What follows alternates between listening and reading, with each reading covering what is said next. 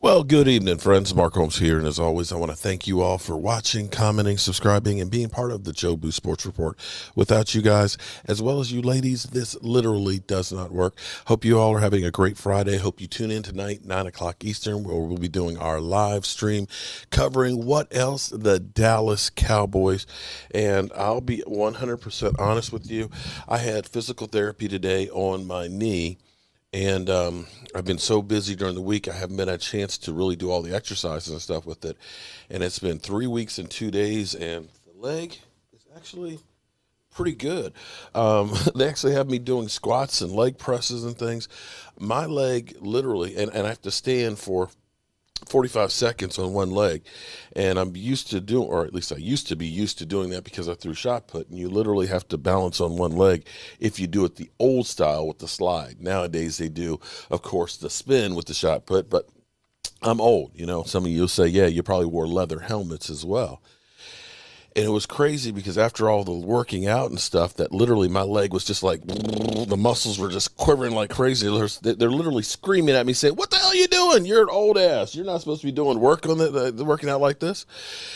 I got back because it's been a week that's been literally just spinning around. I've done so many different things. I could just talk about one aspect of things and it would be a complete story, but to literally deal with that red brick house, to deal with the Hall of Fame inductees, to deal with trying to renovate this property, it's like all this has happened a week. I literally got home from the therapist and I just was like, I gotta just stop for a minute. And I think all of the adrenaline that I had, after interviewing, being part of the Zoom calls with Jimmy Johnson and Cliff Harris and Drew Pearson, it all hit me that I was real tired, boss, real tired. And I took about a 2.5 hour nap, and I feel better. I don't feel quite as exhausted, but I think all of that adrenaline has washed over on me. And I've come back through to the latest news from Richard Sherman. Richard Sherman, I always say be careful. Wait till all the information comes out before we go to judgment on everything. Because, sometimes things are made bigger than they may be, and this is still big. Don't get me wrong. This is still big. Richard Sherman was released from jail without bail, so they're not putting any bail. And it looks like he's going to be charged with 5 misdemeanors, which, misdemeanor is not like a felony charge. This, still could be a fine and things like that, but aren't as serious as calls as they could be. If you've seen the pepper spray, excuse me, not the pepper spray, seen the doorbell of the incident, it's actually very disturbing, and it's definitely a lot of rage, anger, and probably frustration. I touched earlier today on this, that when you are faced with the unknown, and right now Richard Sherman is facing with, is this the end of my football career? Is the end of my career being injured in San Francisco? Do I have another opportunity to redeem myself, to try and get back on top? The pressure of figuring out, especially with social media as today, oh, you're linked to this team, you're linked to that team, and so on. And having done football your whole life, the pressure of what's next is now in front of him. I'm sure at the end of this past season, just 6 or 7 months ago, his thought wasn't what's next, other than what's the next team. And we've all had sometimes maybe too much to drink with some stuff on our mind. Hell, I remember back at JMU, doing some stupid stuff, drinking my damn self. I mean, I remember going downstairs after drinking some beer and then rum, and in the courtyard, flashback of long jumping, and long jumped off of the brick steps that are 5 steps, drunk, and waking up the next morning with my leg swollen up and bags of ice on it because I was stupid and drunk. And that's how I got the nickname Crazy Mark. This is a true story. Literally, they said, "You're Crazy Mark." What kind of fool? What were you thinking? I wasn't thinking. I was drunk. I was drunk. Okay, so now you guys know why I was called Crazy Mark. And so, yeah, and that was one of the reasons why my current wife was like, I always had sweet for her. And I would say, hey, baby, she's like, no, you crazy Mark. You're crazy Mark. I'm not going out with you. You're crazy Mark. So literally, indiscretion of a few seconds of doing something stupid because you were drunk marred you. And it took about 25 years to wear her down and finally say, maybe you're only half crazy Mark. No, I'm still crazy Mark. Just to let you know. So here's what the police report says on what happened, okay? So Adam Schefter is reporting he was released from custody without bail on Thursday, was formally charged with King County Attorney's Office headed Friday court hearing. He is accused of criminal trespass in second-degree domestic violence, malicious mischief of third degree, resisting arrest, driving while under the influence, and reckless endangerment of roadway workers. All these, he could lose his license possibly and, have to go through the course and pay a whole bunch of fines with it and so forth.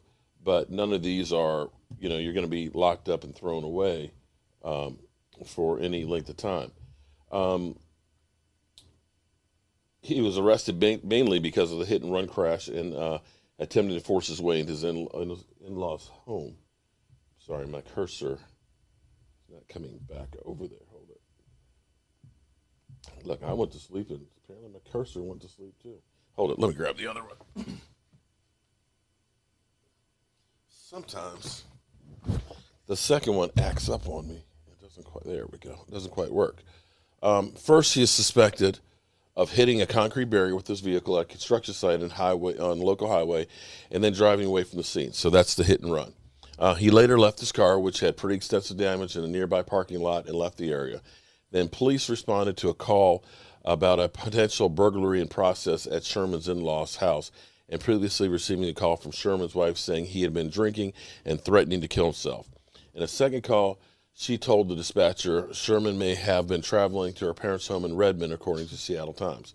Police said Sherman was responsive and joked with them until they declared their intentions to arrest him, which he was tried to leave the area. They used a police dog to restrain him and take him into custody, and he suffered a cut on his leg in the process. So that's what we have. Ashley Moss, Sherman's wife, provided comment. The Seattle Times, at this time, we're not going to make any statements except he didn't harm anybody. My kids were not harmed in this instance. He's a good person, and this is not his character. We're doing all right. We're just trying to get him out. I want people to know that no one was injured. He then apologized. I am deeply remorseful for my actions on Tuesday night. I behaved in a manner I am not proud of, and I've been dealing with some personal challenges over the last several months, but this is not an excuse for how I have acted. The importance of mental and emotional health is extremely real, and I vow to get help that I need. I appreciate all the people who have reached out to support me and my family, including our community here in Seattle. I am grateful to have such an amazing wife, family, and support system and to lean on during this time. And so that's where we are with it. And for those who are without sin, then go ahead and throw some stones. But I can guarantee you that we've all done some stupid shit in our lives that we look back and regret later on. And hopefully he'll be able to get some help with this and get past this and deal with whatever issues they are. And I'm telling you, the issues are what's next in the future. And sadly, this is one of those things that a lot of football players have to deal with. You have to understand that you have been taught, fed, built up this guy that is just like, a gladiator. And then what you've been doing your whole life is no longer needed. And you have to assimilate back into being a regular person. And if you've gone through and been a guy that's making $5-10 million a year, partying, being the life of the party where everybody wants to hang with you, be with you, and do this, that, and the other, to being then just a regular person, it's difficult. And it brings me back to what Roger Staubach said to me one time, and that was back in 2013 at the Pro Football Hall of Fame. I was blessed to drive him back to his hotel. And as we're looking at all of these people that are there at the Pro Football Hall of Fame, after him signing for 2 hours when he was only supposed to sign for an hour, he said it's just great to be remembered. And the reality is, of the thousands and thousands and thousands of players that have played in the NFL, there's only 350 of them in the Pro Football Hall of Fame. And many of them, nobody has a clue who they are. And that can be difficult. That being said, I hope I see you guys in about 4 hours during our live stream where we'll get, of course, you know it, live. We're going to be giving away the Drew Pearson autographed football and building up and getting ready for the Pro Football Hall of Fame. I will see you later.